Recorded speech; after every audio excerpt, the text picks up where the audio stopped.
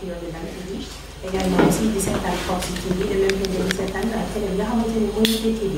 ba tax na tey nag l'assistant militaire ànd ak nag ki nga xamante ni mooy sama rakk sama xarit sama jigéen ñu ñëwoon fii doxantu woon ci li nga xamante ni à l'occasion de la Tabaski seet si ki nga xamante ni moom Cheikh Alioune Badara Seck parce que nag waxtaan ak moom ci fànn yëpp waaye nag defe naa nag li def ci nag bi nag tey dinañ ko jéem a xajal ci cin bi doon xajal ci cin bi waaye ba tax na dinañ profité ci occasion bi baal ñëpp ak di leen baal ak à l'occasion ci Tabaski bi wante ba tax na tey rek damay daan jox sama siste nuyu naa la bàyyi ko ñu ñu seetaan maa ngi lay fay si sama sama mag sama xarit ñu ngi nuyuwaat rek mbokk internet yi di leen ziar di leen jox seen wàccuwaay di leen ñaanal jàmm ñu ñi nga xamante ni télé yi nga xamante ni ñoo fi teew muy seen télé bu mag bii di Nitte TV si nga xamante ni mooy Prof TV ak Yoonu Ndaw ñu ngi leen nuyu ñoom ñëpp di leen ziar waaye di leen baalu ak si Tabaski bi di leen baal ak encore une fois di ñaanal ñëpp jàmm tey nag ñu ñëwoon fii nga xamante ni si suñu vidéo bi fas yéene waxtaan ak moom ambition yi nga xamante ni am na ko ci Kër Massar ak Tabaski yi ñu laaj ko baalu mbokk internet yi ba ak baalu ñi nga xamante ni ñooy waa Kër Massar ñu ngi leen di fay di rafetlu seen invitation bi di leen accueillir suñu kër donc kontaan nañu trop si déplacement bi nga xam ne ngeen def ak invitation bi nga xam ne moom lañu jagleel di si profité nag pour baalu àq askanu Sénégal baalu àq waa Kër Massar di leen ñaanal atum jàmm atum sutura atum wér waaye naa soxla di ko trop ak pandémie bi nga xam ne si dëkk bi wér ak wér la di ñaan yàlla mu saxal fi jàmm et puis lépp loo xam ne daal nit ñi moom la ñu soxla surtout ñun ñi nga xam ne ñoom nekk Kër Massar dañu xam ne moom lañ fi bëgg waaw waa Kër Massar tamit yéene bi nga xam ne moom la ñu am Kër Massar yàlla na ko yàlla àggal si jàmm ak sax vraiment moom la ñu baax di leen remercier si seen invitation. d'accord kon nag monsieur Seck yow tamit ñu ngi lay jaajëfal bu baax a baax alors di rappeler téléspectateurs yi ñu ngi toujours rek yéen ci ñetti télé yu mag yi nga xam ne ñoom lañ nekk en collaboration ak ñoom alors monsieur Seck nga jugee ci Tabaski bi yàggul dara bala ñuy dugg ci waxtaan bi dañ lay daal di bàyyi nga wax ni naka nga passé sa Tabaski. waaw Tabaski bi comme d'habitude man en famille. dans le calme en famille parce que man moom damay jéem a moytu stress bi trop. c'est pas facile nag parce que société bi ñu dëkk it surtout soo nekkee soutien dina xaw a métti te ñun nag ñëpp a yem ku si nekk yaa ngi daw di uti loo xam ne moom ngay andi sa njaboot mais sant yàlla bu baax a baax ça s'est passé dans d'excellentes conditions avec la famille et sant yàlla bu baax. ñu baax xam ni lan la rek. waaw kooku géej ak jawe bi defe naa ñoom la gën a sonal ndax ñun moom sooy xool dañuy mos rek tuuti. naan tuuti ataaya ba pare noppalu li si def ñu bàyyi kaat yooyu njëkk jawe bi. mais sekkee nii moom macha allah. ñu si sore. jërëjëf monsieur Seck gannaaw bi ñu nuyoo baalu àq ba pare dañuy xus li nga xamante ni mooy suñu waxtaan comme suñu temps bariwul.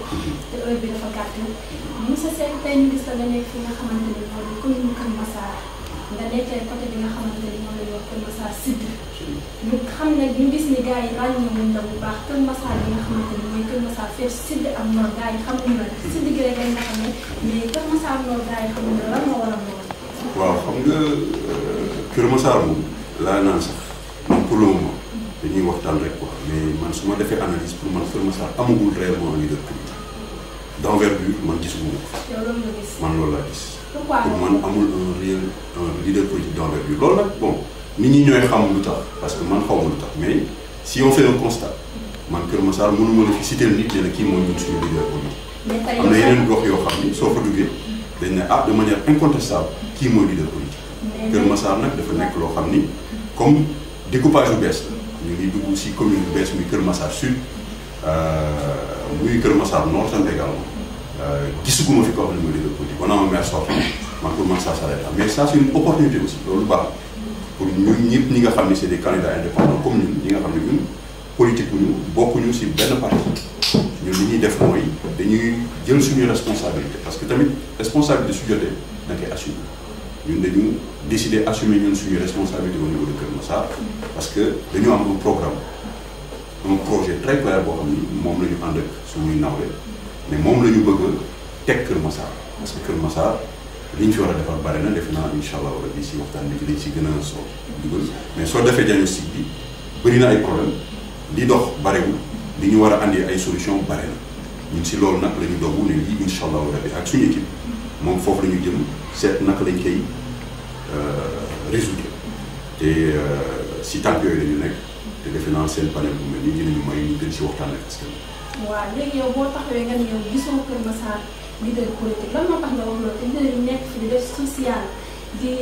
nekkal fi askan bi def lu am solo fii si Kër Massar yow nga taxaw nga ne yow gisoo leader Kër Massar lan moo tax nga wax. leader politique la. leader politique waaw lan moo tax nga. parce que ñi def social defuñu politique ñi def social dëggantaan fii Kër Massar defuñu politique. pourquoi ñi def social dañuy def politique. non li ma wax. c'est-à-dire ñi def social Kër Massar ñu xam leen.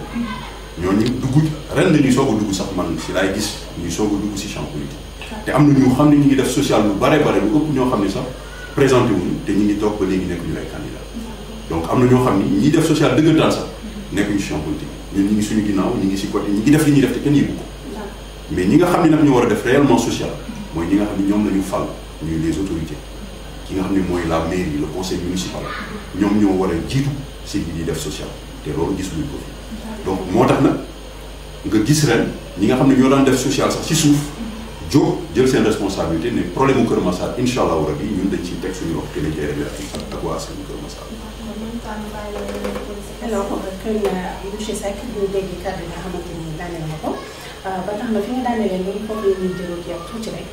muy kàddu yi nga mujjee wax sànq que ni gisoo fi leader politique boo xamante ni mu war a taxawee askan Kër Massar taxawee na leen ko aussi gis nañu que Moussa y a beaucoup de monde yoo xamante ni fii ci société bi yow nga nekk ndaw nekk fii ci biir Kër Massar di leen fii également aussi boo nee gisoo ko kon ça veut dire que kon est-ce que mënuñu jàpp ni que ni yow peut-être xëy na jeunes yi am na lu ñuy xaar ci yow de manière générale maanaam yow nan nga ñu mën a wax loo xamante ni yaa ngi koy defal jeunes yi naka nga leen taxaw sa relation ak ñoom lan la fii ci Kër Massar. waaw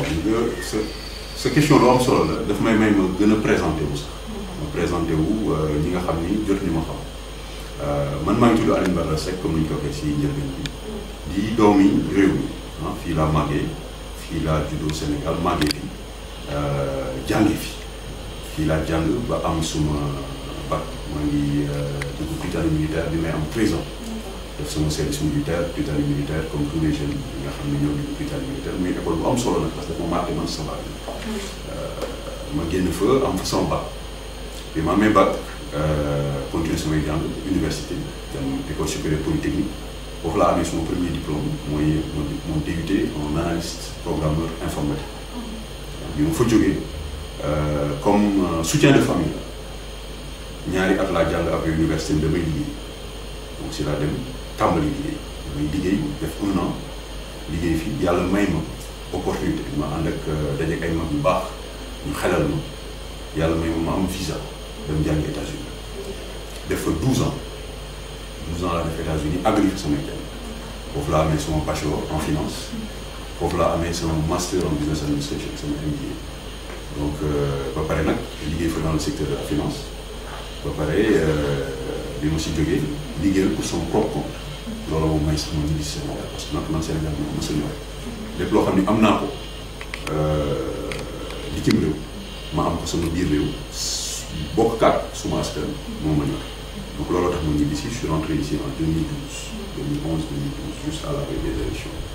boobu ba léegi fii laa nekk Kër Massar liggéey naa Free bi ma fi ñëwee mooy Tigo à l'époque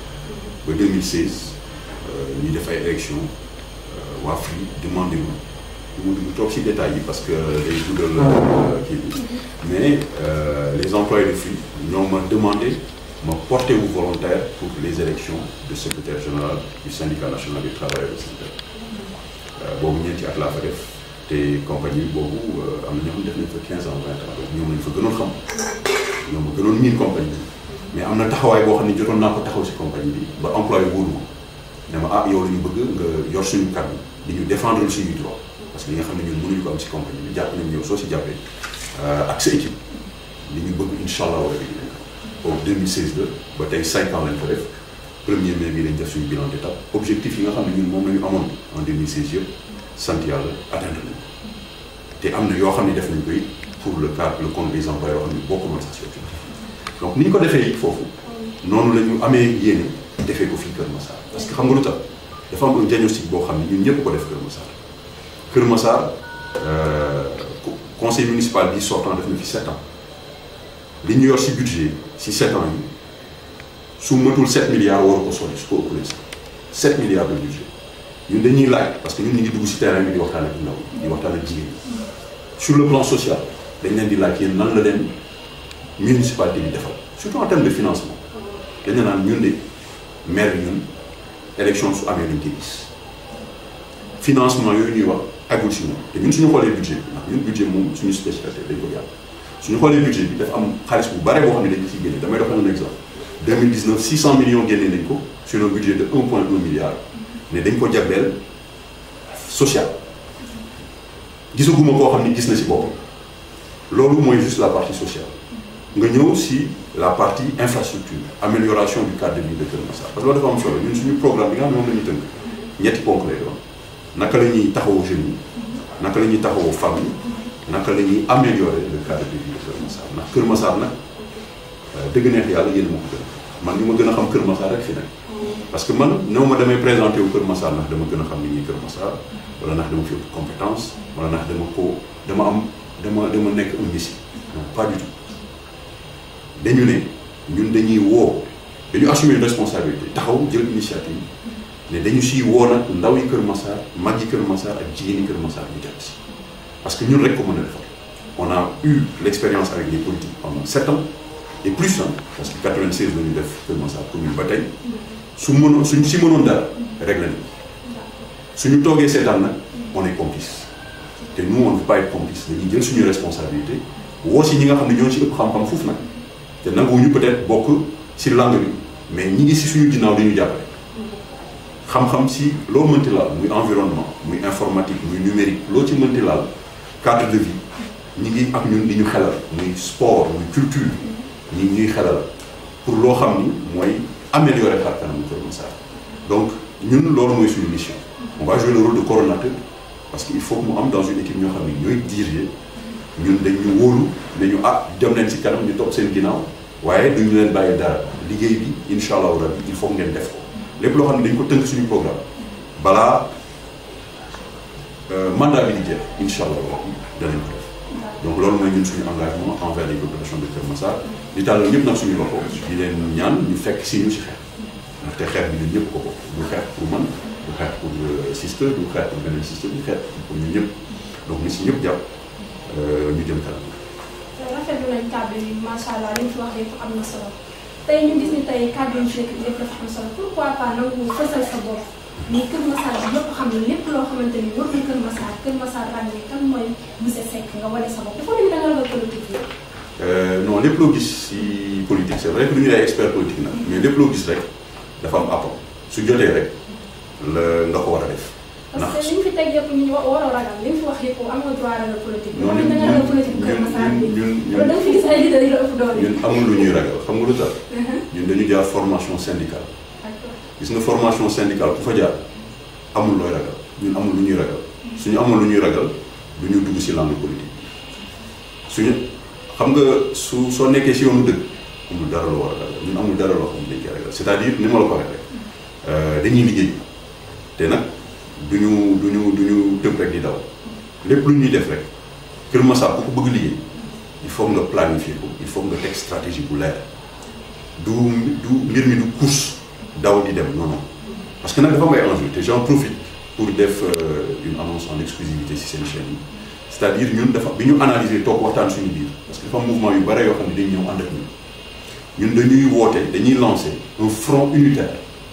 de toutes les forces vives de Kër Massar parce que nag dafa jot ñi nga xam ni ñoo bokk gis-gis Kër Massar ñoo bokk valeur muy intégrité muy probité muy honnêteté ñu ànd ba pare nag bokk ay vision ne ñun lii lañu bëgg Kër Massar sur le plan des infrastructures sur le plan de l'emploi sur le plan des jeunes pour les jeunes et pour les femmes sur le plan de l'amélioration du cadre de vie sur le plan de la sécurité ñun ñi nga xam ne ñoo bokk gis-gis dañuy lancer un front unitaire des forces vives de Kër Massar te loolu nag am na ay mouvements yoo xam ne ñi ngi ñëw ñu bare ñi ngi ànd ak ñun te dañ siy profiter si seen antenne bi pour woo ñi nga xam ni ñëpp parce que ñun suñu wàllu bopp képp koo xam ni xam nga yaa ngi wax dañuy ragal képp koo xam ne man yëg naa ni yow candidat dem naa ba sa kër seeti la waxtaan ak yow xam nga lu tax mooy suñu rôle parce que fekkee dañoo bëgg defar rek Kër Massar koo bëgg defar maa jiite wala yow yaay jiite loolu warul poser problème suñu biir. kon am na candidat yoo xamante ne dem nga seen kër. absolument am na candidat yoo xam ni man maa dem ba seen kër toog waxtaan ak ñoom am na ñoo xam ni dama contacter sama équipe ñoo contacter seen équipe ñu convier un cadre boo xam ni foofu la ñuy dem ñu toog ñu waxtaan te loolu pare buñ si équipe bi nga xam ne moom la ñu yor dañ koy continuer di ko def parce que bëri na ay candidats yu nekk Kër Massar mais dafa am loo xam ne il faut ñun ñëpp ñu xam ko c'est-à-dire su fekkee ni ñun élection yi dañ ko bëgg remporter il faut que ñu boole suñu doole il faut mu am des coalitions fortes parce que élection yi ni mu tëddoo ren raw gàll bokkatu la élection ni mu daan tëddoo fii élection municipale fii Sénégal raw gàll su fekkee ni ñun les forces vives de Kër Massar on pèse 80% de l'électorat ba pare ñu bëgg dem en ordre dispersé même le camp d'en face su amee 20% moom mooy gagné même ñun suñu amee 80% kii am lii kii am lee ba mu mën 80 kii am 20 mooy gagné donc su fekkee dañ ci bëgg dem ak xel benn ba pare nag fàtte suñu bopp ne ñun ñii dañoo bëgg liggéeyal Kër Massar may jiitu wala yaay jiitu wala keneen ay jiitu loolu warul poser problème parce que liggéey rek moo ñu yëkkati donc ñun ñëpp nañu boole suñuy doole ànd teg suñu programme parce que nag man li may wax souvent mooy su fekkee ni ñun suñu engagement impact bu gën a ndaw bi mu am sax mooy élever le niveau du débat parce que le niveau du débat il faut ñu élever ko Kër Massar xam nga lu tax Kër Massar dafa bëri ay borom xam Kër Massar dafa am ñoo xam ne dañoo am fulla am fayda am loo xam ne bëgg nañu pour Kër Massar waruñu nangu n'importe qui di ñëw di jël commune bi di def lu ko neex il faut ñun ñu jël suñuy responsabilité ñëpp ku si nekk si anam bi ñu ko mënee nag am na ñoo xam ne mën nañu fës génn télé wax am na ñoo xam ni seen xam-xam la ñu am ñoom ñëpp lañu soxla seen xalaat seen xam-xam seen i conseil seen i ñaan ku si nekk li nga mën nga def ko si doole bi pour ñun ñëpp ñu mën a ànd jël Kër Massar liggéey ko ñun loolu la ñu wax donc front boobu ñuy lancé incha allah rabbi fii lañ ko annoncé mais ñi ngi dox tànk yi tàmbali nañ ko te danañ ko continuer di dox parce que candidat yi il faut que ñu am conscience ci loolu il faut que ñu boole suñuy doole ñi mën a ànd pour que ñu mën a dem à l'assaut de ces élections là jël la municipalité ba pare nag liggéey ko képp koo xam ne da nga koy jël da ngay am ay engagement yu leer yoo xam ne moom ngay signé ak askanu Kër Massar ne leen lii ak lii ak lii ak lii laa koy def fii laa koy defee kañ laa koy def ak fan laay jëlee financement yi koy def parce que mbir mi du ay wax rek mbir mi liggéey la ñun dañu soxla koo xam ne dafa war a ñëw fi liggéey te ñun incha allah rabbi mooy suñu vision mooy suñu objectif te ñu ngi ñaan yàlla mu jàppale ñu si. d'accord alors monsieur Seck dégg nañu kàddu yi nga xamante ni moom ak wax mu nekk kàddu yoo xamante ni lu am solo la mu ñuy rafetlu ci collaboration bi nga xamante ni wax nga ko léegi sa diggante ak autorité yi nga xamante ni mooy autorité municipale yi nekk fi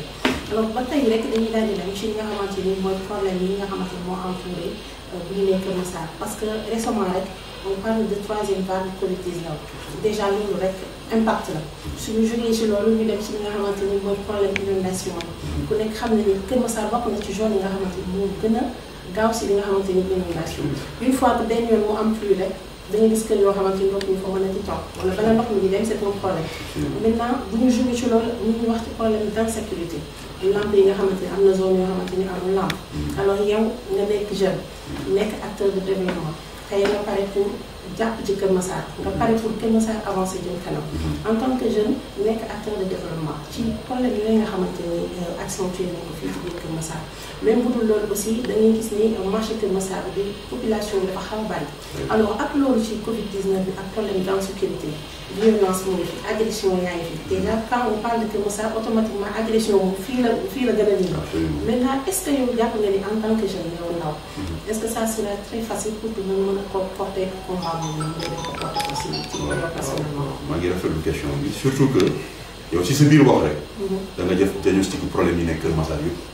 yow li nga wax ni ku ko déglu Kër Massar dafa war a engagé parce que problème yi nga xam ne moo nekk Kër Massar te lim nga sax mais bàyyi nga. mais li nga lim ci problème rek doy na pour koo xam ne mi ngi yeewoo Kër Massar mu ne ah man de lii du ma ci mën war naa ci mën a jàpp donc loolu mooy en fait la réalité que ñun ñuy dund Kër Massar loolu la ñuy dund insécurité inondation te loolu man je me dis que inondation zone yi nga xam ne c'est inondable yi nekk Kër Massar ñëpp xam na du daaw bi mu amee mën na ni ba nit ñi di yéeg ci bateau yeeg ñii di ñu sonn fi sonn bi ñu fi sonn la autorités yi xam ni Kër Massar c'est une zone qui est inondable donc suñ si dogu woon depuis 2014 bi nga xam ne boobu la ñu di dénk mais je pense que en 5 ans parce que taw bi 2019 2020 la en 5 ans réglé woon nañu au moins problème mu canalisation yi ñuy def parce que soo leen xoolee quand même il faut le reconnaître parce que nag ñun on n'est pas nihiliste en 1 an liñ fi gas di dugal ay tuyaux bare na projet 1 jaar na fi phase 1 bi phase 2 bi jaar na fi ça c'est des projets de l'État pourquoi est-ce que ces projets là xaar ba Kër Massar nekk sous les eaux li ñu gisoon daaw mais c'est un spectacle qui est désolant ñuy soog a ñëw ne ah ñun réaction boobu la ñuy def moo tax ñun lu ñu wax mooy dès la première année c'est-à-dire chaque année bu yàlla def parce que chaque année bu yàlla def nag mairie day yor budget chaque année bu yàlla def état day jàppale mairie chaque année il faut que ñu attaquer les problèmes pour que au moins à la fin de chaque année dañuy ñëw rendre compte aux populations de Keur Massar parce que loolu dafa manqué dans cette municipalité là le rapprochement te acte 3 loolu la andi dafa dañu war a rapprocher les administrateurs des administrés mais ñoom dañoo rapproché wul ak nit ñi parce que nit ki sooy liggéey te waxoo ko li ngay def lan la amul njëriñ donc dañuy war chaque année ñuy ñëw di rendre compte aux populations de Keur Massar dañu war a def des bilans d'état ne ren problème bi ak problème bi ak problème bi réglé nañ ko problème inondation il faut ñu attaquer ñu pare parce que pare ñu ren su tawee mara day tàgg parce que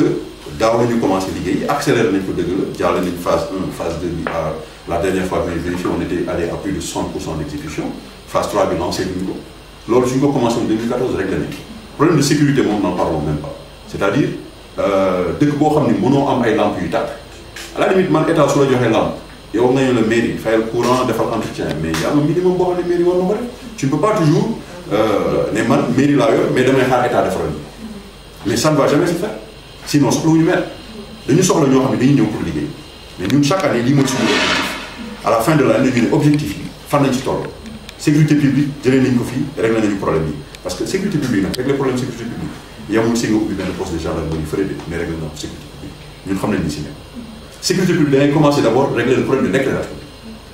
parce que boo defee ko ñi lekk ensuite tu peux mobiliser les jeunes pour ñu mën a assurer de la sécurité de proximité en tout cas yooyu dina ci gën a dugg dans les détails sur notre programme parce que fànn bu nekk muy inondation muy sécurité muy infrastructure muy amélioration du cadre de vie moom n'en parlons même pas c'est-à-dire Keur Massar pour nga ñëw ne fii laay dem féexloo si amul Keur Massar man daf may dal je donne un exemple man j'aime bien faire du sport mais je n'ai pas le temps des fois de le faire tôt la matinée soit guddi laa koy def dans la journée su fekkee na ko bëgg def amul foo ko mën a def parce que amul fenn fa am kenn fépp naaj mais il faut faire une campagne de reboisement def ay garab am aménager des espaces verts am na comme cité bu nekk am na espace vert amul cité boo xam ne fii dagg nañ ko établissons les normes te bàyyi fa espace vert pourquoi ces espaces verts là ne sont pas aménagés pour nit ñi di dem di fa toog di fa feewal ak seen i doom mais loolu yëpp liggéeyu mairie la léegi mairie moo am compétence boobu dañ ko transféré 9 domaines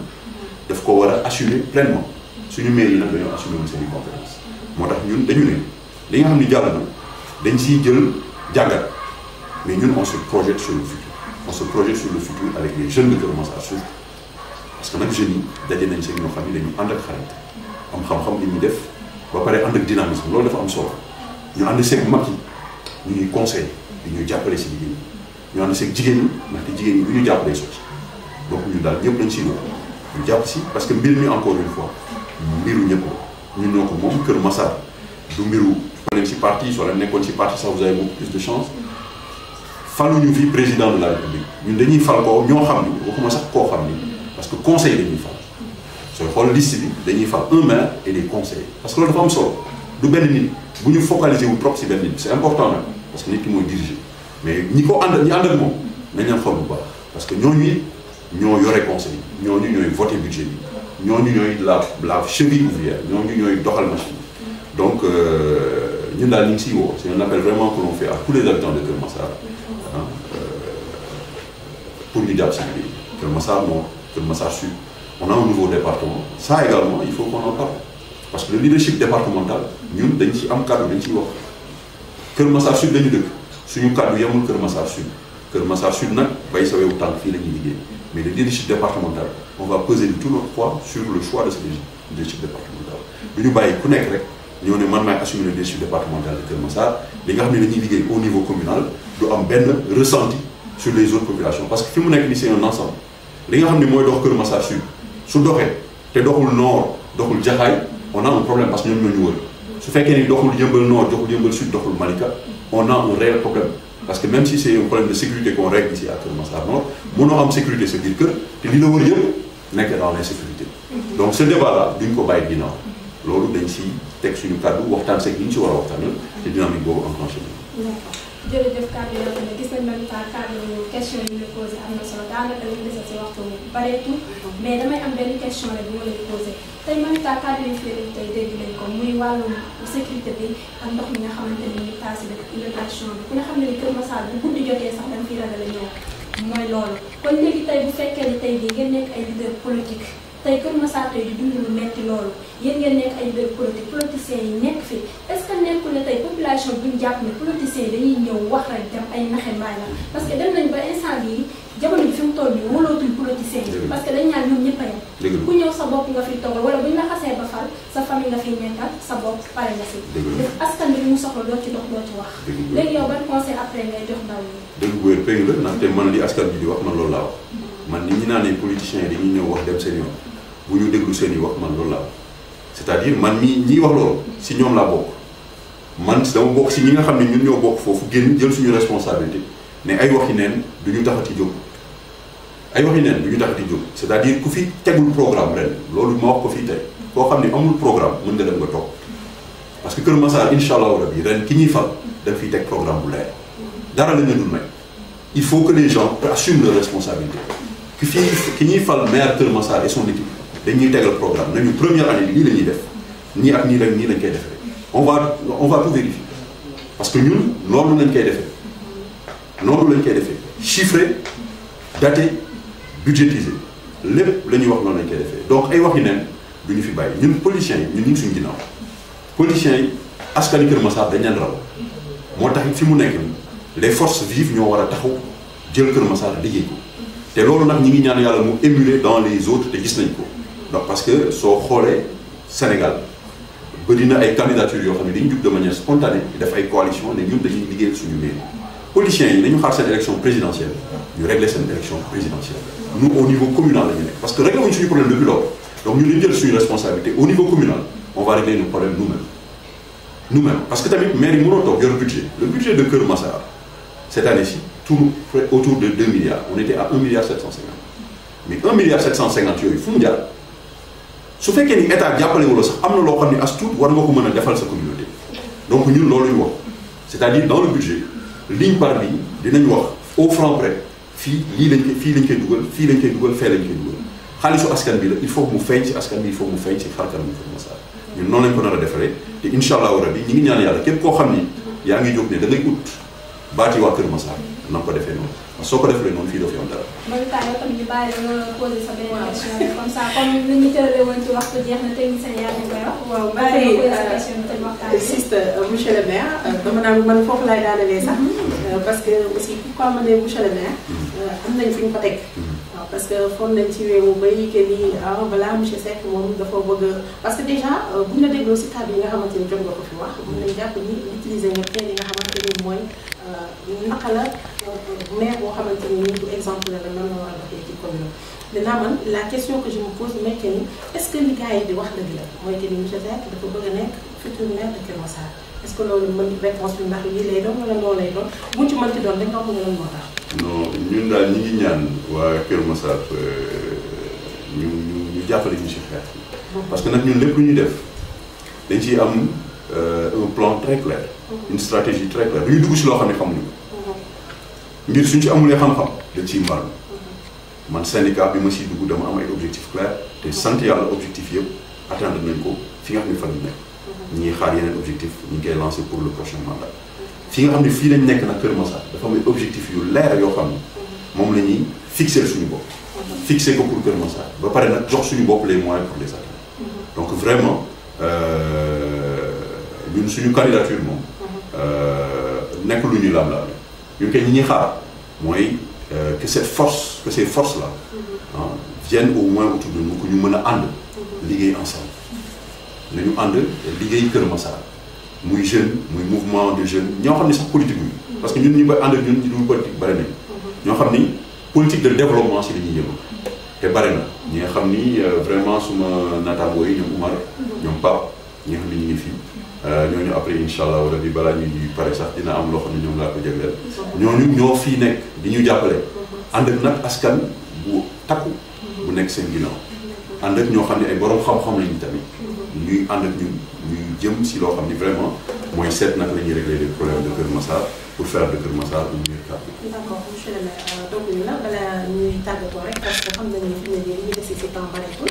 mais da nga daanaka léegi nii fu am solo muy jeune ndaw yi nga xamante ni moom dañu ñëw cité léegi. mën naa ni xamuñu leen ko xamuma leen man en fait comme il faut mais mu nekk ay ndaw yoo xamante ni dynamique lañ ñi nga xamante ni mooy waa 100% Kër Massar. ñu nekk ndaw yoo xamante ni daanaka def naa xam nga li ñuy liggéey. xam ngeen également aussi tamit taxawaay bi nga xamante ni ñu ngi koy taxawee ci Kër Massar. mu nekk aussi ndaw yoo xamante ni dañu soxla genre yu mel ni ngeen di leen jàppale à ce que ñoom ñu gën leen a mën a pousse pour ñoom tamit parce que combat bi benn la. yéen ñi ngeen di xeex si Kër Massar ñoom noonu la ñuy xeex si Kër Massar pour ce développement. alors ñu bëggoon fi ñuy daanalee yow mooy nga wax ñu lan ngay xaar ci ñoom ñi nga xamante ni ñoom waa 100% Kër Massar également aussi lan nga pare pour def ak ñoom accompagner leen ci combat bi nga xamante ni moom la ñu mën. non ma gàttal rek si tontu. dinaa gàttal waa 100% Kër Massar li ma bëgg. mooy ñu andil ñu fi roi des arènes. fii Kër Massar mais pour ma tontu c'est-à-dire waa 100% Kër Massar ñooñu li ñuy liggéey muy Oumar Wade muy Pape muy seen président. man dama koy rafetlu. dama koy rafetlu bu baax a baax te dañu nekk ñoo xam ni ku leen jàppale rek jàppale nga Kër Massar parce que si li ñuy yëngatu xaaruñu si kenn dañuy demal seen bopp dañuy demal seen i propre moyen ba pare nag di def sacrifice yoo xam ni ñu bari si ñun defuñu donc ñu Kër Massar jeunes yi globalement dañu war a jàppale mais 100% Kër Massar ñooñu incha allahu rabbi toog nañu waxtaan te defe naa waxtaan nañu waxtaanu coloré waxtaanu nawle te man nee naa ne lépp loo xam ni yàlla may na ma ko te lu néew mu bare incha allah dinañ seet naka lañ siy jàppalante parce que Kër Massar dans le domaine du sport li mu laaj dafa bare infrastructure sportive inexistante loo mënti laal nag muy lamb ji muy football muy basket muy volleyball c'est-à-dire d'un point de vue sportif amuñu benn jàppale te nag ku bëgg nag am ay ndam ku bëgg am des victoires da nga war a am des infrastructures de qualité te loolu c'est du ressort de la mairie parce que sport loisir jeunesse compétence mairie gis nga loolu état daf ko dénk mairie ne ko di yow yaa koy réglé lan la si mairie def dara loolu ñu ngi suñu ginnaaw ñun li si kanam la ñu wax incha allah rabi nañu si ñëpp jàpp rek li si kanam taw yi ko. jërëjëf monsieur Seck ñu bàyyi la nga tàggatoo rek nga joxe sa dernier mot ak ban conseil ngay jox ñi nga xamante ne ñoo ndaw Kër Massar ak commune bi nga xamante ne mooy troisième phase ban conseil ngay jox passé. waaw man si jeunes yi dama naan nañu gëm seen bopp. jeunes yi nañu gëm seen bopp xam ni suñu taxawee rek xeex lépp loo xam ni bëgg nañ ko si seen gox dañ koy am te bëri na nag jeunes yoo xam ni ñoom ñu ngi siy yëngu ba pare donc man loolu dama si am satisfaction parce que ndawi Kër Massar yaa fa suñu ndawi Kër Massar ñi ngi def li ñu mën mais ndawi Kër Massar dañu ñàkk cadre bi nga xam ne moo leen di may ñu exprimer seen talent ñu exprimer seen talent parce que bëri na fi ay jeunes yoo xam ne talent ñàkk ñu moom rek nañu ko am na ñoo xam ne dynamisme bi ngi ak ñoom am na ñoo xam ne motivation bi ngi ak ñoom mais il faut leur offrir un cadre te loolu nag ñi koy def mooy ñi nga xam ni moom ñooy les autorités municipales parce que ñoom ñooy l'état central de la commune ñoom ñoo war a liggéey pour jox ce cadre là au jeu li jëm si Covid bi nag gis nañu un regain boo xam ni dernièrement dalul xel donc nañu observer gestes barrières nañu observer distanciation sociale yi ba pare gën a moytuwul mag yi parce que mag yi ñun moom la ñu am jeunes yi sax ñu ngi gis ni dernièrement am na ñoo xam ne ñu ngi impacté mais mag yi daal nañ leen gën a préserver di wax tamit ñi nga xam ni mën nañ si jàpp parce que bonne volonté gis nañu acte yi nga xam ne ñu ngi koy def mais autorité bi kenn sentiru ko il faut ñu sentir leen parce que réellement il y a aucune stratégie tey man gisuma stratégie boo xam ne mooy ñëw pour combattre cette troisième vague mu jógee si état central mu jógee si état décentralisé même mairie bi man gisuma lu fi def état bi sax pour le moment ils sont en train de chercher fan la ñuy teg seen tànk loolu nag dalul xel parce que réew suñu la ko dénkee da nga am loo xam ni noonu nga war a doxalee surtout devant une pandémie aussi féroce que Covid-19 donc daal di leen gërëm bu baax di leen sant si seen invitation bi si déplacement bi di ñaanal waa Kër Massar jàmm di jégalu nag si fekkee ni am na kàddu boo xam ne vraiment dëgg la man si jégalu waa Kër Massar si jégalu askan bi nga xam ne ñuy déglu mais ñun li ñu yëkkati rek mooy defar di leen gërëm bu baax a baax. baax a baax yow tamit ñu ngi yombale li nga xamante ni mooy invitation bi ndax bañ la ko waxee gàntaloo ni benn yoon bala nga xaar loolu jërë ngeen jëf mbokk internet yi tey fii la ñëwoon waxtaan ak nga xamante ni moo di leader bi nga xamante ni moom lañ wax monsieur Seck fas yéene woon ak waxtaan ak moom li nga xamante ni ndaw moom la am vision bi mu am ci ndaw Kër Massar li nga xamante ni yéene boobu nga xam ne moom la am ci ndaw Kër Massar nekk fii di xeexal Kër Massar tey ñëw waxtaan ak moom fii nga xamante ni fii la dëkk tey nag ñi nga xamante ni ñoo fi teew muy suñu télé yu mag yi suñu si di surtout Nité TV waa Nité TV maa ngi leen nuyu bu baax ak ki nga xamante ni moo di Singo ak koom ñooñu aw ma seen fay fu ma toll dama leen koy wax su ma demee tey ba ñemee wax rek ñoom la damay wax sax bu baax ñu ne ma nii la ak nii wala ñu yokk ma conseil ni ma baax na parce que xaw ma dara damaa nekk si yoon bi rek di dem mënuma comprendre mais à chaque fois ñoo may teg loxo dama may loxo naan ma demal dina baax kon damay bàyyi ki nga xamante ni moo di sama sister bi sama mbag mooy ñu tàggatoo rek loo xam ne voilà sister maa ngi lay jaajëfal bu baax a baax di la remercier également ci collaboration rafet bi nga xam ne ànd nañ ko également aussi di remercier monsieur Aline Seck Aline Badara Seck alors di remercier ki ñëpp ñi nga xamante ni ñu ngi mbokk internet yi nga xamante ni yéen a ngi doon seetaan à travers Proxi TV à travers également aussi Nité TV waaye nag sama télé bi nga xamante ni mooy yoonu nag nga xamante ni lan rek laa ci gis seen yitte di nekk suñu fierté saa su nekk ngeen ci doon ànd ak systématique kon nag ñu ngi leen di jox dig daje beneen yoon ci yeneen yi gën ak yeneen yi ay bu jàngeen def merci beaucoup